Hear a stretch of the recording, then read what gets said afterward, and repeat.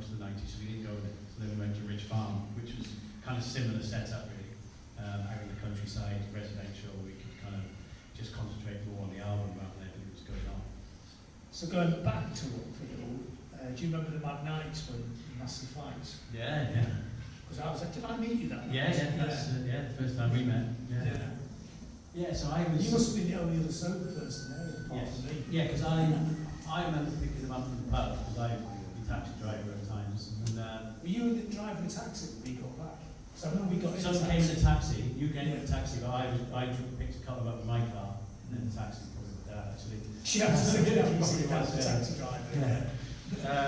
And I remember when I got back, and the kind of the people, because obviously I'm from that town, so I was kind of a bit of a filter about who could come back, because I knew all the characters. And when I got back and I saw who was there, I just knew the characters.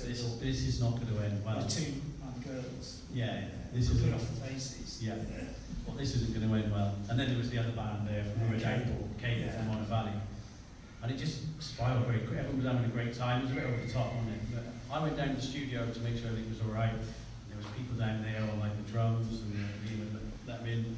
They were on like the guitars, trying to get everyone out of there. By the time I came up, the house at the top had been trashed, and there was a fight going on.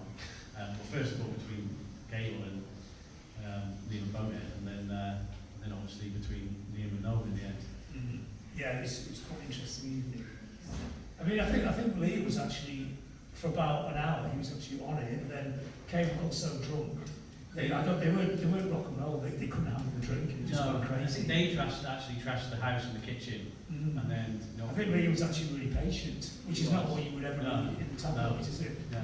But it's funny. So when they do the tours, you're doing the tour, and you're like, this is Freddie Mercury's piano. This is where Freddie wrote the lines. Anyway, the wind blows from the wind vane. This was where the Battle of 1995 took place. As it's known, and it's like this green, it's like the battlefield.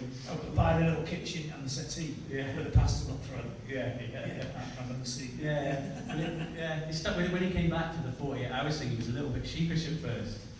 And he was like, am I allowed in? And he's obviously stuck with him that night, because they all felt so bad. They bought all the girls flowers the next day, and obviously everyone was paid for everything got put back, and they felt so bad. It obviously stuck with him.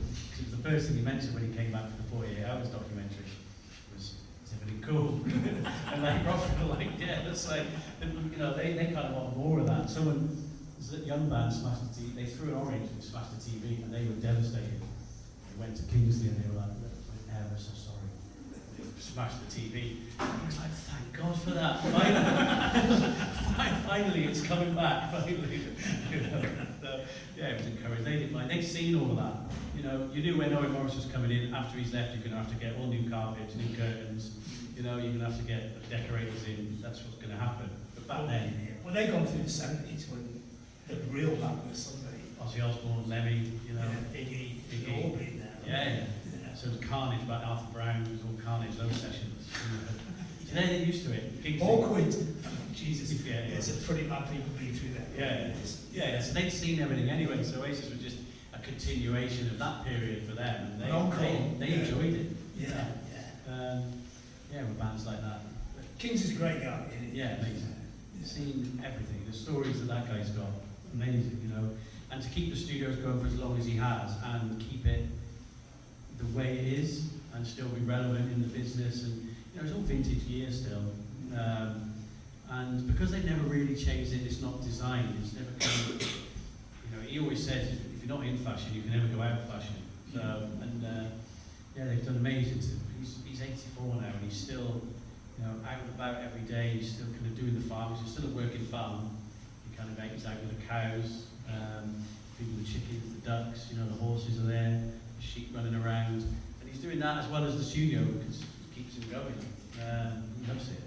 Comes in and tells the story. I'll go as far as saying if you want to make a classic, warm, 70s sounding record, which is probably the best sounding rock and roll records, probably the only place left in the country that can probably do that, isn't it? Yeah, and there's not many studios that have that much space. They accommodate. They've got 16 apartments there. All those big studios are now gone. So if you're a successful band and you all want your own room and you've got producers, engineers, maybe techs with you, there's not many studios you can go with that have the versatility to make a record with a dead drum sound, with a really ambient sound, with a bombastic sound. It's got all the facilities to do that.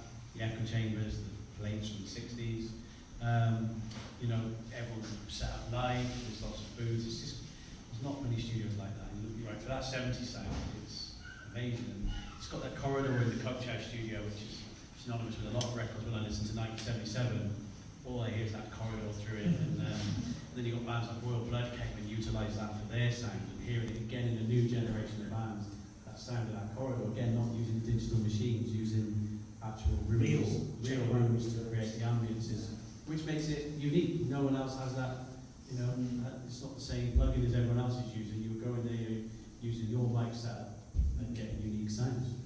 Yeah, it's a first one. It's first. Was it the first residential? First residential, yeah. Before that, people would book like 3 hours in a studio in London.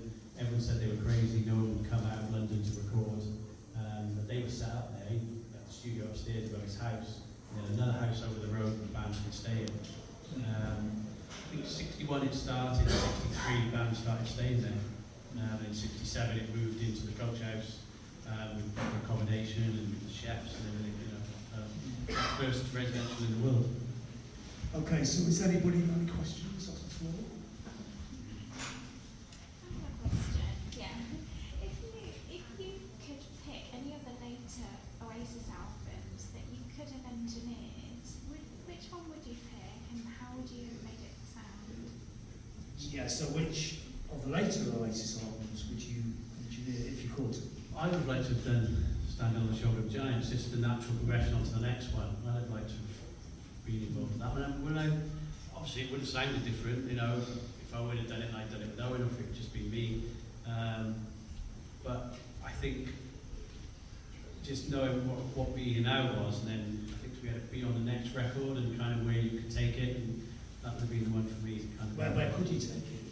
What if you could? I mean, it's a great sounding record, isn't it? You know, but I would just like to have had it go that way. Where could I have taken it? I don't know. I've just done what I do, you know. And I was, even at that point, I was still kind of a young engineer, but I was doing a lot of those kind of 90s bands by then. And I would, yeah, I would just love to go stuck into that record. Probably a bit more aggressive, maybe. But great sounding record anyway. But just because of the next one, I'd like to. Yeah, I mean, the later records do sound good, but they feel like a reaction to the early one, to Be Here Now, actually, I think. Yeah.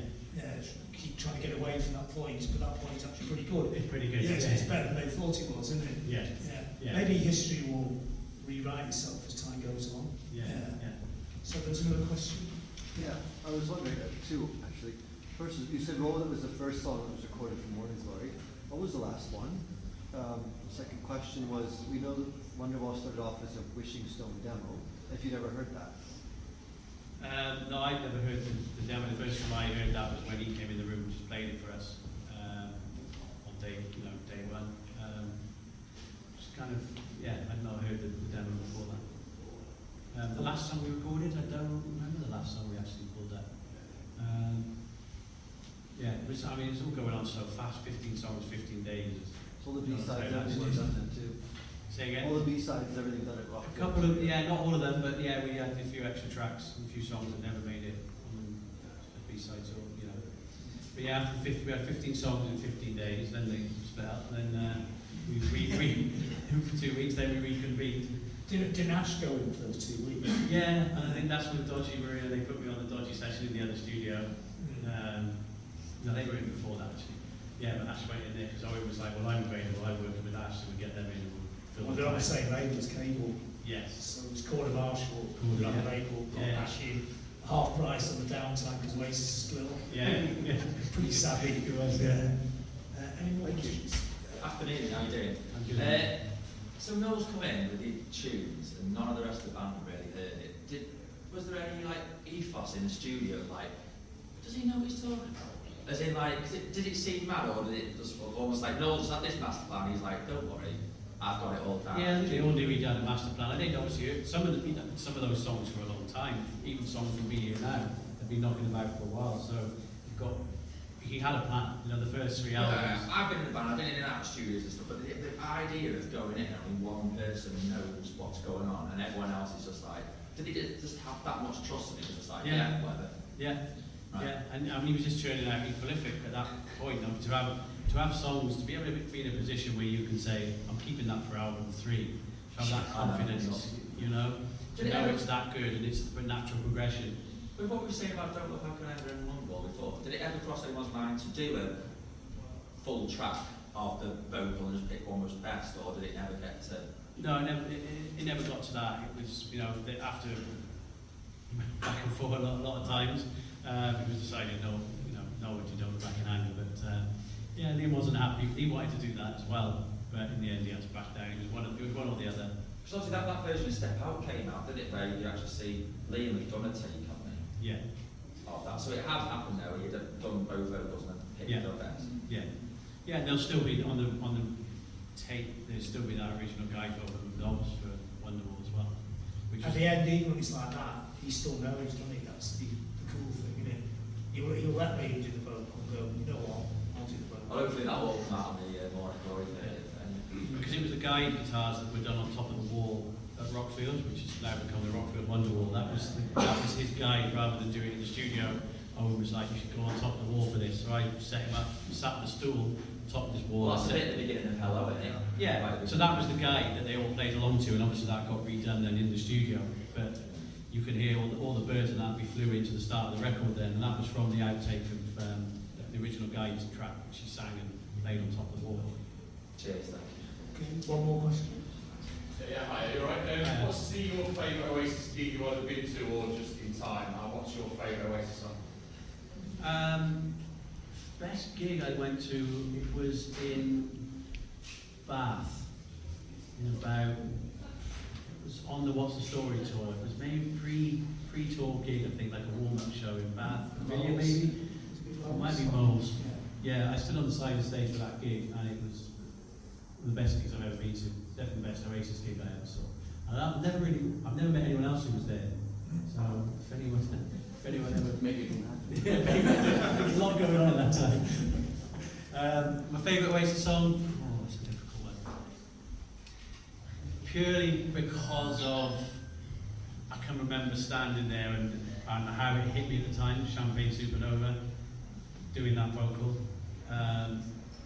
Just stuck with me. I can remember what shoes I had on, I remember what I was wearing, I kind of remember that moment, and that's just stuck with me, like, so I'd probably go think with the that. documentary that really comes across as well, just the Yeah. Liam 2 takes. Yeah. Probably watch one more. Yeah. Yeah. You just got to knock off a really fantastic vocal. Yeah. That's quite astounding, really, isn't it? Yeah, it was like I'd tick off my list, I've got to make a load of notes, and it'd be things like set up the mic for Liam to do Champagne Supernova, make sure the Sabutio's ready for after he's finished, order 6 bottles, go get 6 bottles of wine for Owen. Sabutio cricket, I remember this, which is a really weird thing, no one plays that, but they had that in the studio. Yeah. It gives you, didn't it? Yeah, he did, yeah. What an odd thing to be playing in those mad carnage and madness. Yeah, the massive cricket fan, isn't he? Yeah, the cricket game, Sabutio was set up on the table. There's the one photo of them playing Sabutio. Yeah, it's great. It's great, isn't it? Yeah. Okay, well, thanks, Nick.